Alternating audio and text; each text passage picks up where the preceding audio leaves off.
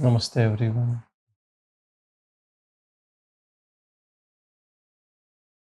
I have come for a conference in another city, so I am in my hotel room.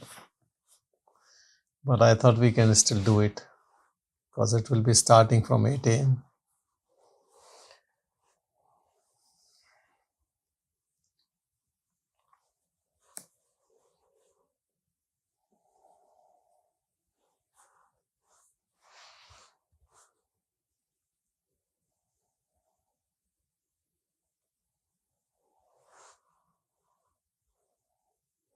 Anyone has any question to ask or anything to talk about?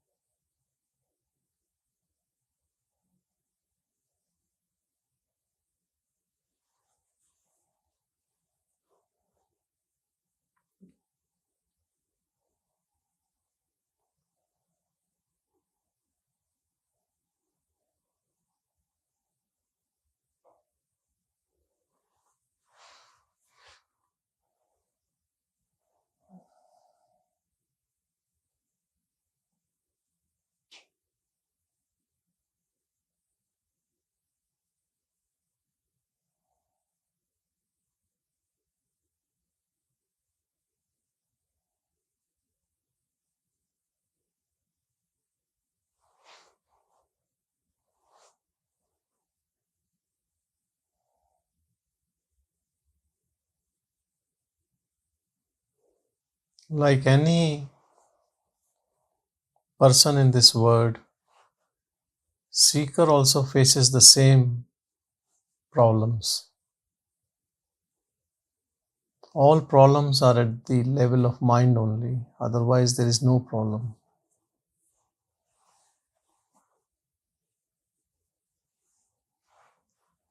Some people love trouble, or they are troublemakers also. They will be creating controversies, they love controversies, they will be fighting back. Some of the people want to prove in this world that they are worth, or want to prove others that they are of no worth, whatever it is. And they advance from smaller ego to bigger egos. And actually, this word is for these people. They are the ones who hold positions. They are the ones who have policies in their hands.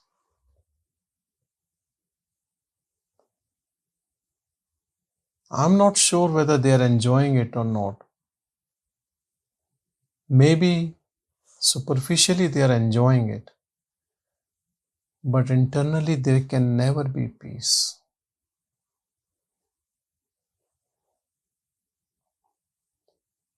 Now let's talk about a seeker. Seeker also has a little ego. He is looking to make it disappear so he can experience bliss within or reality within.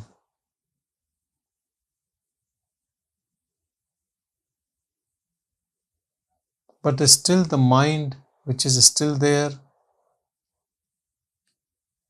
individuality is there, and it keeps playing Sometimes it appears as everything is perfectly in shape, blissful, peaceful, no issues, as if I am enlightened, I am self-realized, I am abiding in self. And then something comes. For us, it appears uninvited. We have not caused trouble to anyone. We are not interested in engaging with anyone.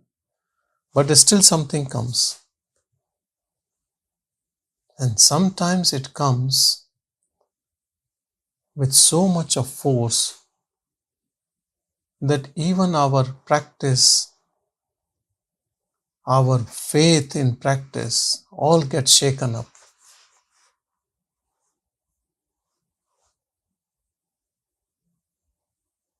For a moment, a person can feel that all the practice of years has gone in vain. It has not given result which I was expecting when something big hits me.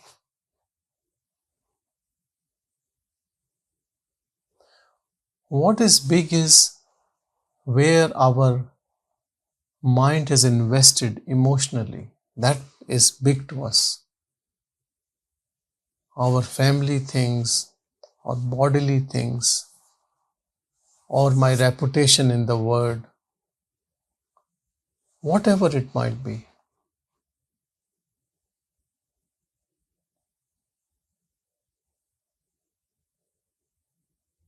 How to deal in a situation like this. And I am sure whether it's Ram, Krishna, Buddha, or any ordinary seeker, everyone has come across obstacles on path of enlightenment.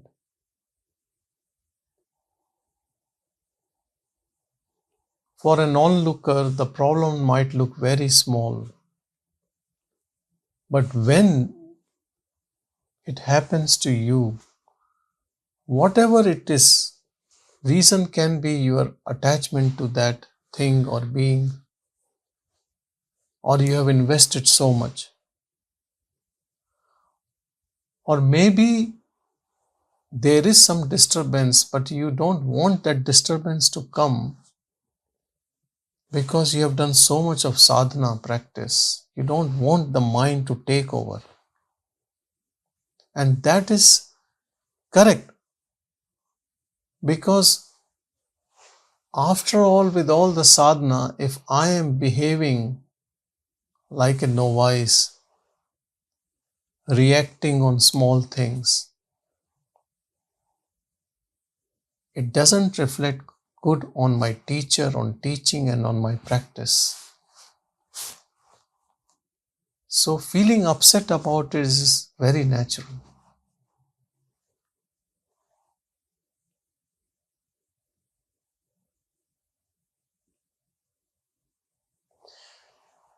I have also seen that when a person is in blissful state, but the ego is still there, the ego takes the credit of all that peace. And that is, I would call a spiritual ego, which takes credit for all the peace and says, look, I'm so good in my practice. I'm always in bliss. And I have all the grace of all gods and goddesses. And that pure energy is manifesting in me. Any type of a bhav like this coming, boost up that spiritual ego. And as an act of compassion, that Atman shows something which brings us to the reality that I have not done anything. If I am in bliss and peace, it is because of that grace which has dawned on me. And in this way, it helps to finish that last bit of ego in us. Otherwise, this doership will stay and will give credit to all what peaceful state we are in, then their duality will stay. This I will stay, which is taking credit that I have done practice. I am so pure. I stayed on this path of realization and I achieved it.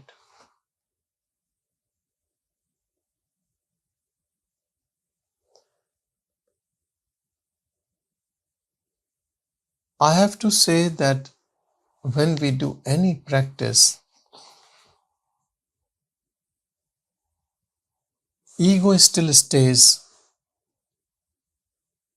Mind is helping you to be there and you feel peace.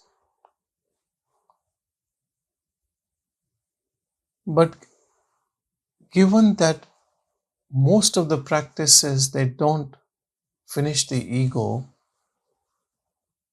this ghost stays in us, which itself is the cause of suffering.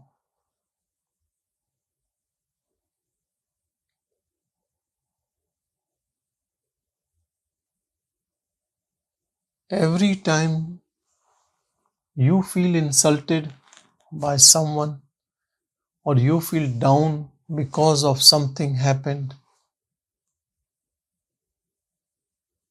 or even you want to take credit of any good thing happened through this body-mind complex, go back to the same, who am I?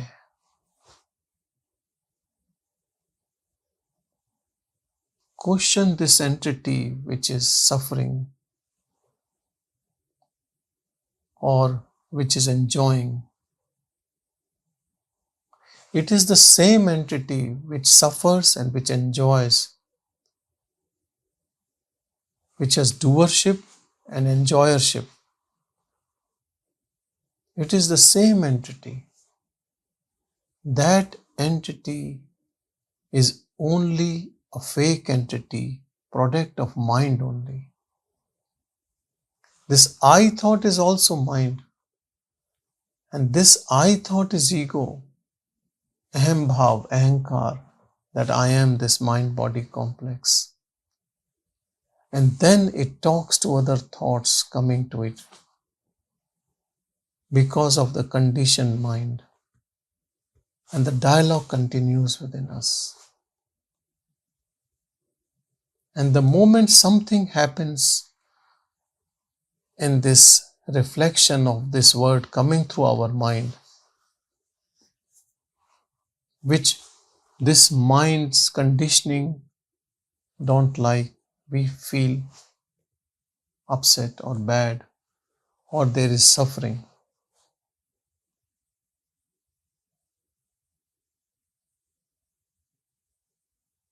Sometimes, or I would say most of the time, whatever is mind is reflecting is all, as we know, is coming from within. It is our own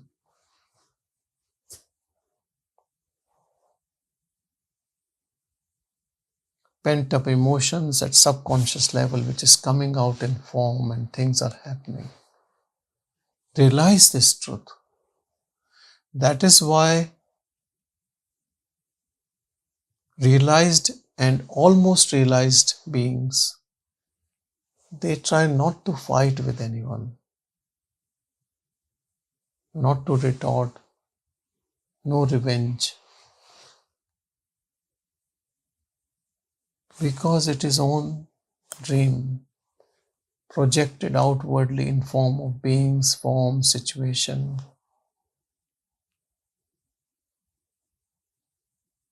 When you see from that perspective, this panoramic view, and I am the source,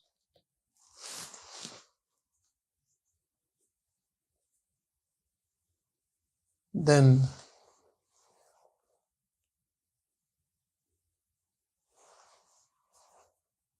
How can you be angry to someone?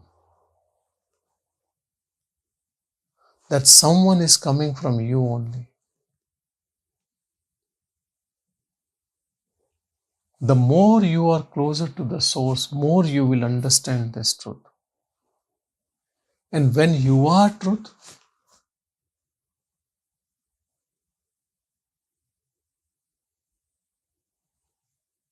then another thing happens. You are so unbiased that you have equal compassion for this body and another body. Because all bodies are coming out of you, all forms are coming out of you.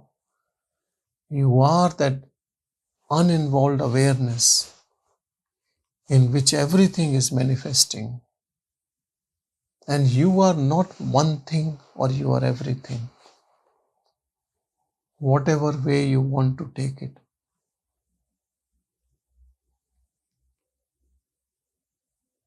And in that, you cannot always be supporting other bodies and neglecting this body, because this is just part of the whole.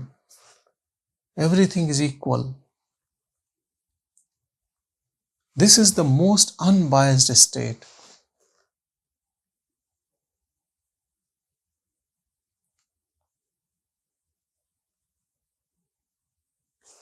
In Shankara's life, there is a story that a dog was running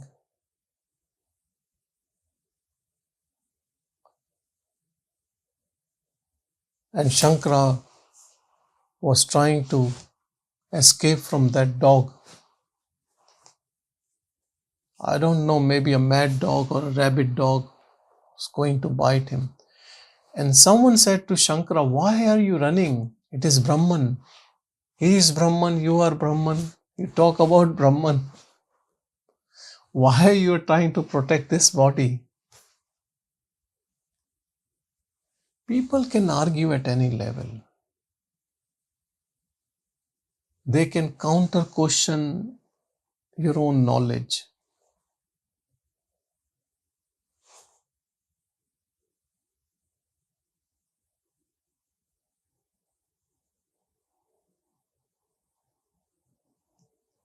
When that Brahman has manifested in forms, then every form has a behavior. Better to avoid an injury unnecessarily inflicted on you if you can. There's nothing wrong or right about it. It's a natural response.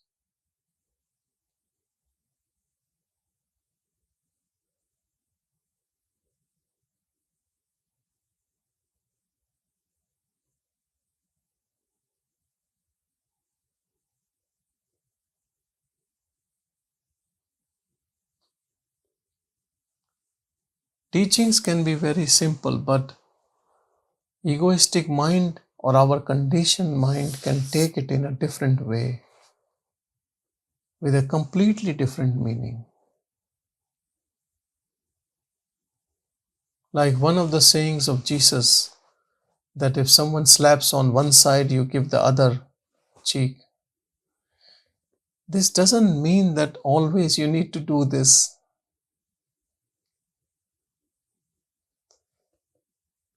In that moment, what happens? How can you decide before? Who will decide?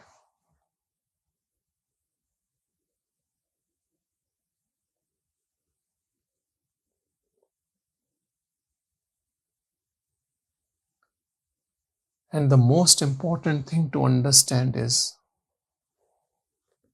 for a seeker, the ultimate goal, aim, or purpose of life is to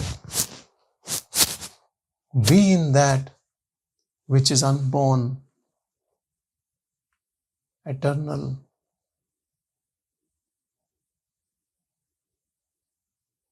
To be in reality, not in the reflection.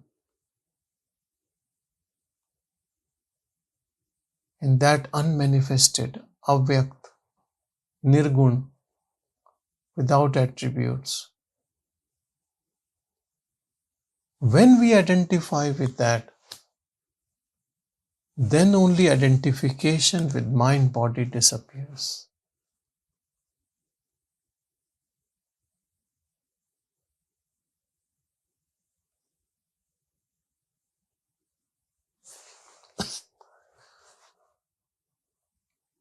Some people say that, look, I cannot give up identity with the mind-body. It stays with me. But I also know, and I have this realization spasmodically, that I am something more divine, more higher, which is witnessing all this happening, which gives me peace.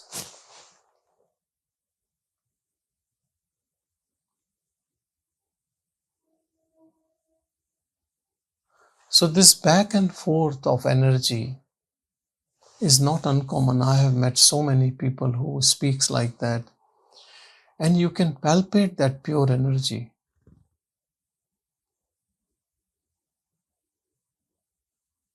Now, what will happen at the time of death of a person like this?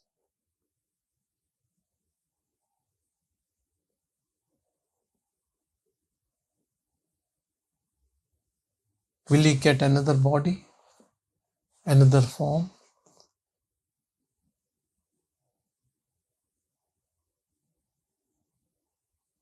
Or whether he will always be established in the pure self,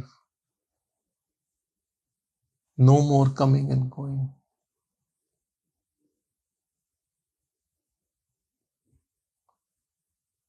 You can say that it all depends at that last moment where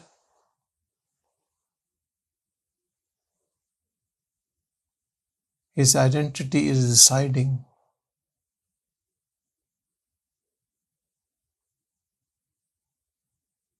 But do we know when death comes to the body?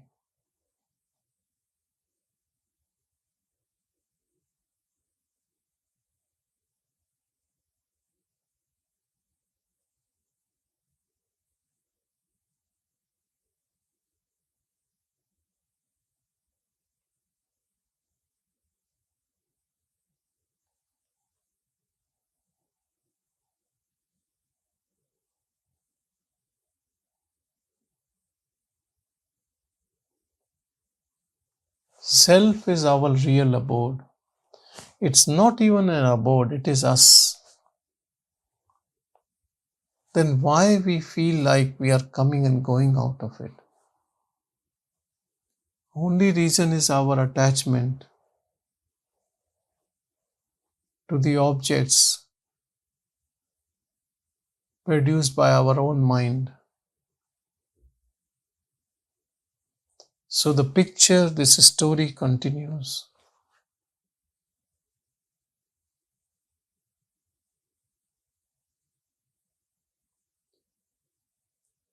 When we realize truth, and when we have intense longing for it, and when it starts unfolding in you, you have so much of Vairagya, dispassion for everything. Intense longing also creates intense dispassion.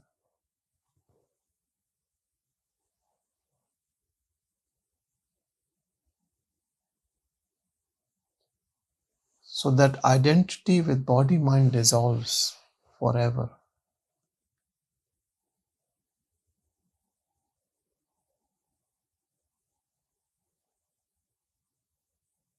And then you identify each body mind as you only. But you don't go and shake people and say, I am you. They will send you to a mental asylum.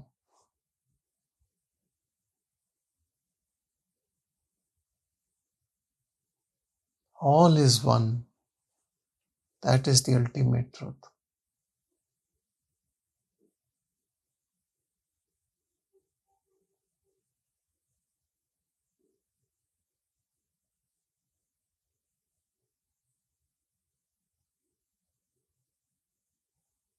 Whenever we are disturbed, something in us still needs to be fixed. Something needs to be fixed. So you have to be more alert, more aware. Not giving up hope, not feeling that there is a problem in my method, but try to be more focused on that pure awareness where nothing is happening.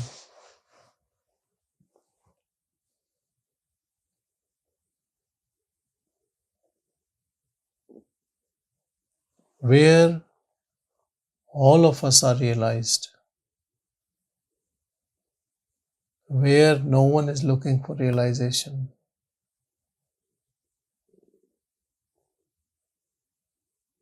where we all are unborn, where we all are out of this dream,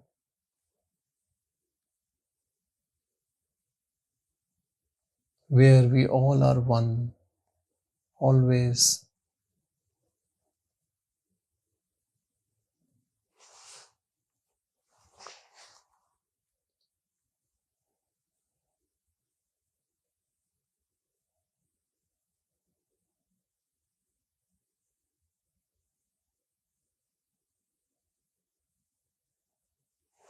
What do you call reality as? Religion?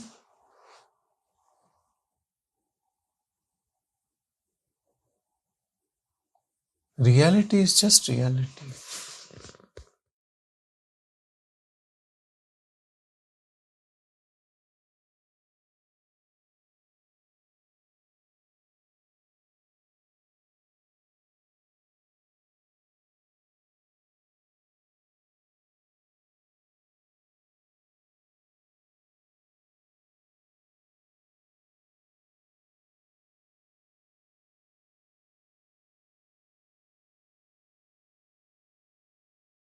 Always keep your attention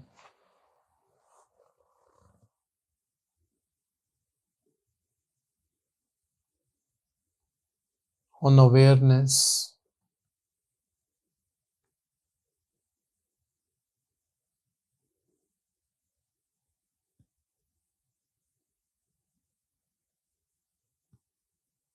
Anything truly you can call as me is awareness.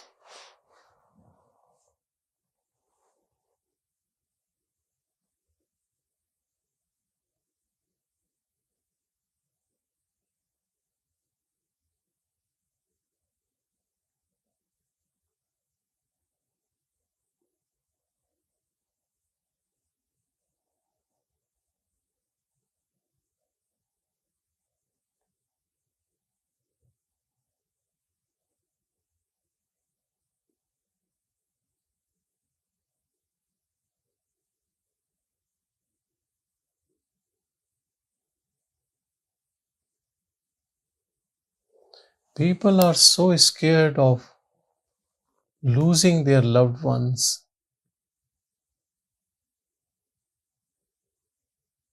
not because there is attachment, but because they think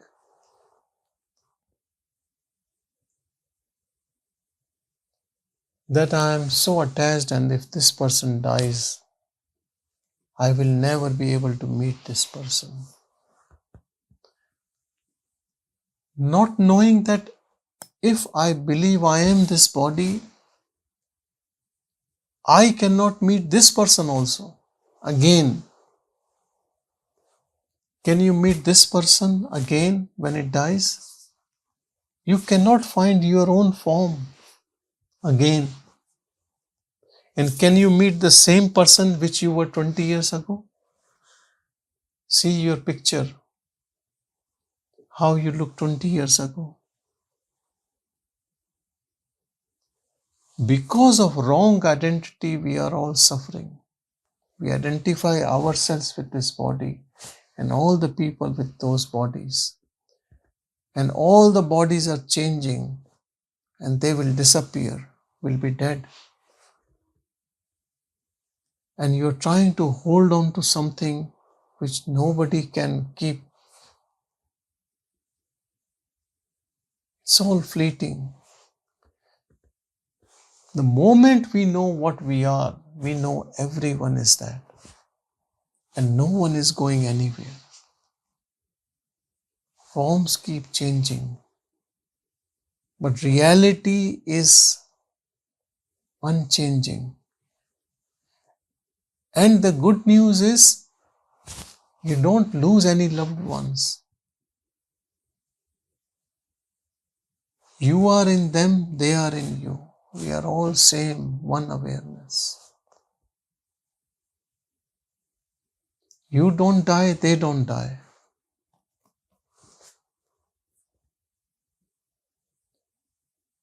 If they want, they get a form. If they don't want a form, they stay as Nirgun Brahman, formless, nameless awareness. That Absolute is full of mercy, full of compassion. If you want a form, He gives you a form. If you don't want a form, you stay as Him.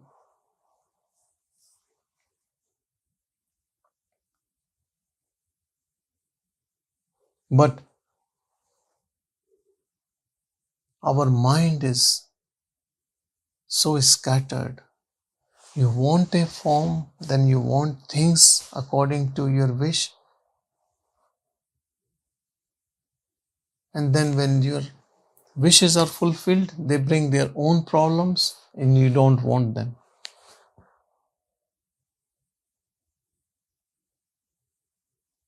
Because of our desires, even God is confused what to give you. We are always on a path of resistance with Absolute.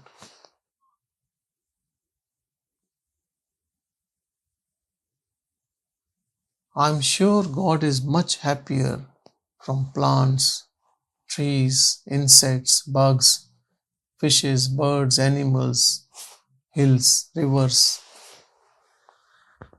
It's only human being who is a troublemaker, always unsatisfied, always complaining, killing other human beings, killing birds, plants, animals, polluting this whole earth.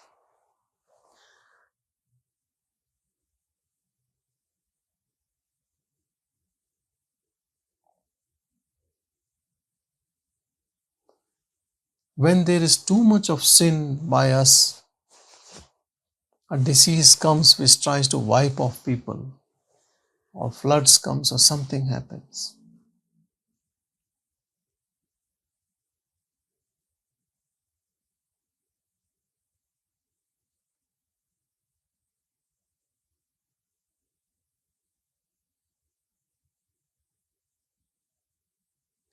If you want to be in form,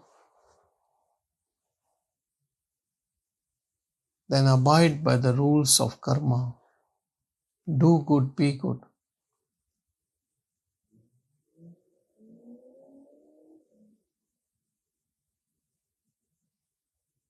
But if you want to be completely free, then just leave everything. Abide in your inner silence all the time. And leave this body for its own destiny. You don't have to fix too many things for this body. It is self-programmed, programmed to death.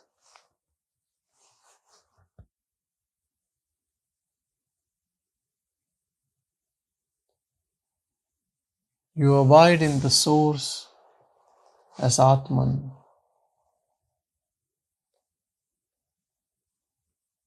And this body form will disappear, and then that Atman, which you have identified, will stay the same, no change.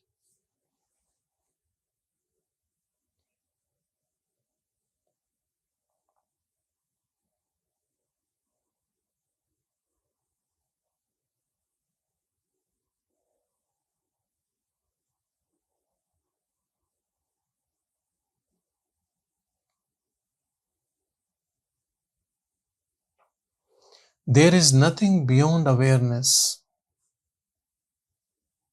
It is pure intelligence. It is purest of pure, unadulterated.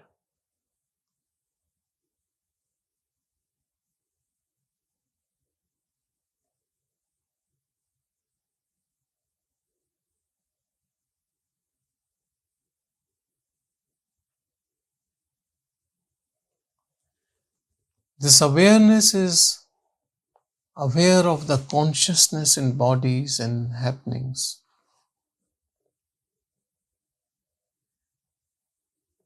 That Chidabhas, this awareness reflection in a form which is alive,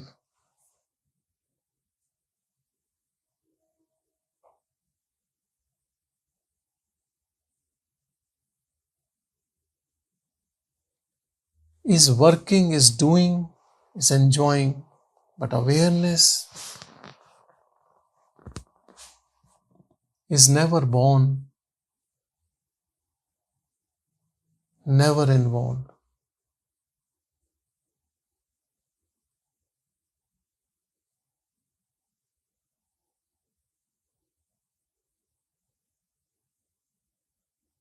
Our watchfulness, witnessing, can bring us back home.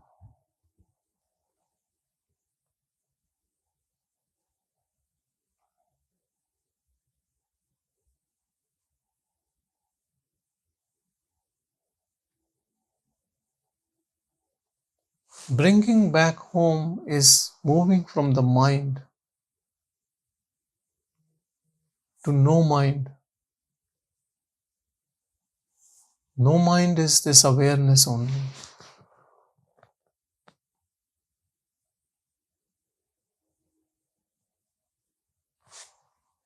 We all are pure awareness all the time.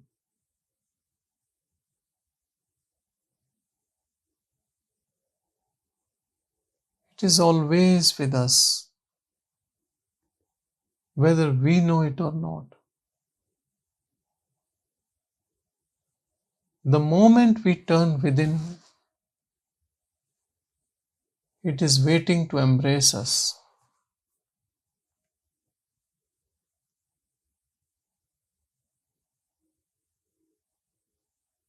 And we become one with the source.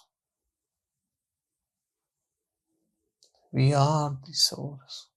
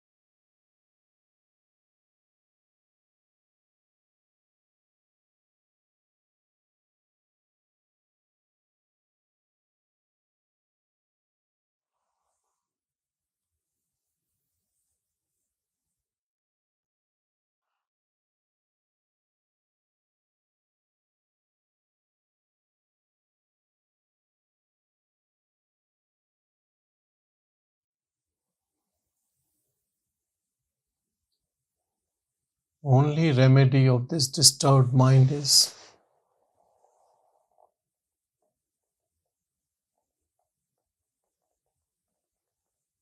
to abide in the source.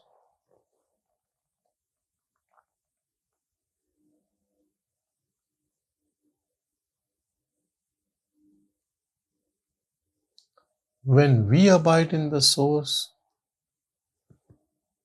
mind merges in the source.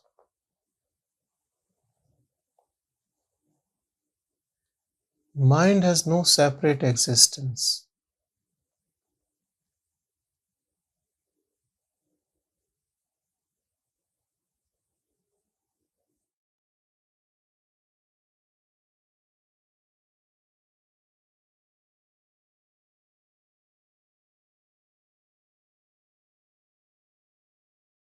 When we want things from this life,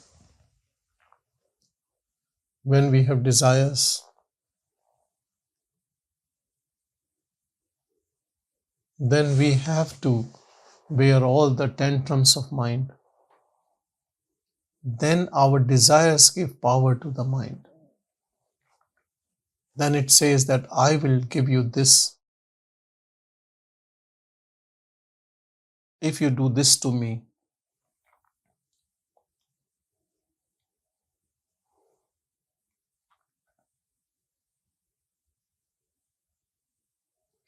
If there are no desires, then you can never be slave of your mind.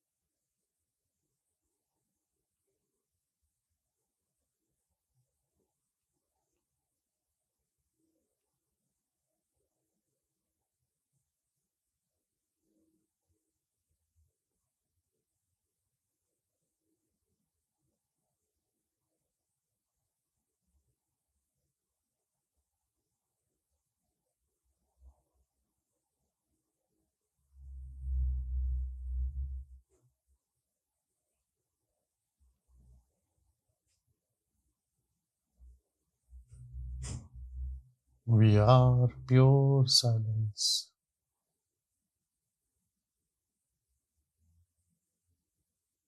Where there is no activity of mind.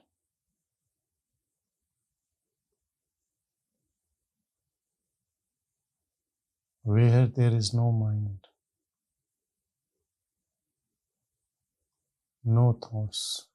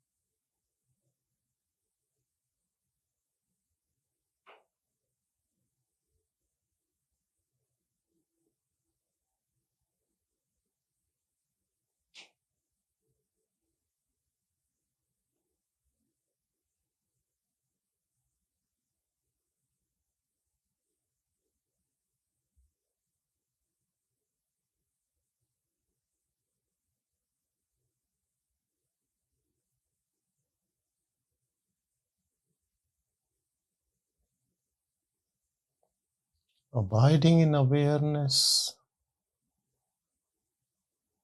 there is nothing to be seen or to watch.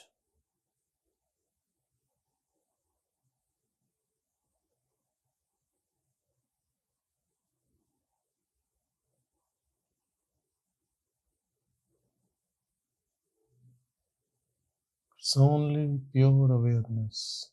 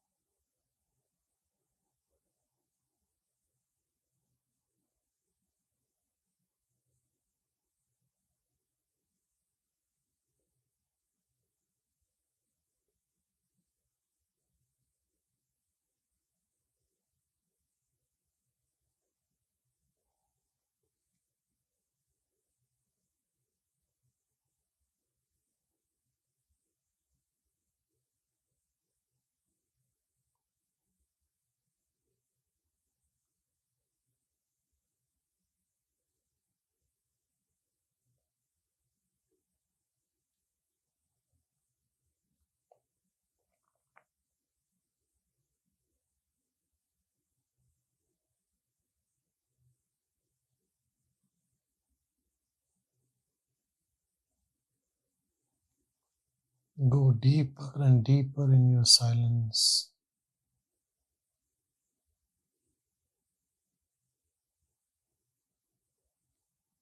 Where no thought can reach.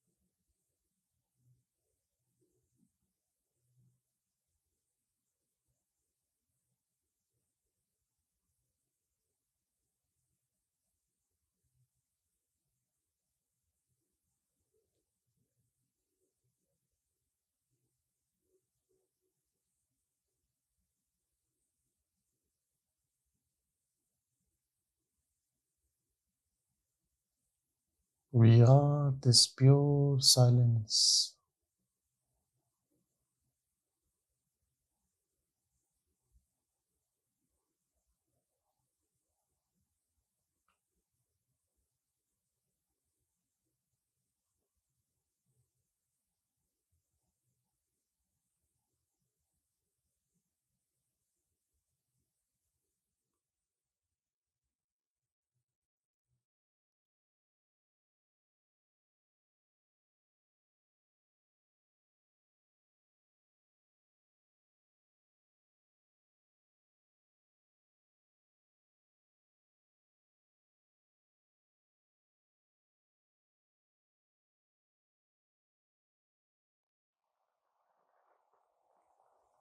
Om Shanti, Shanti, Shanti.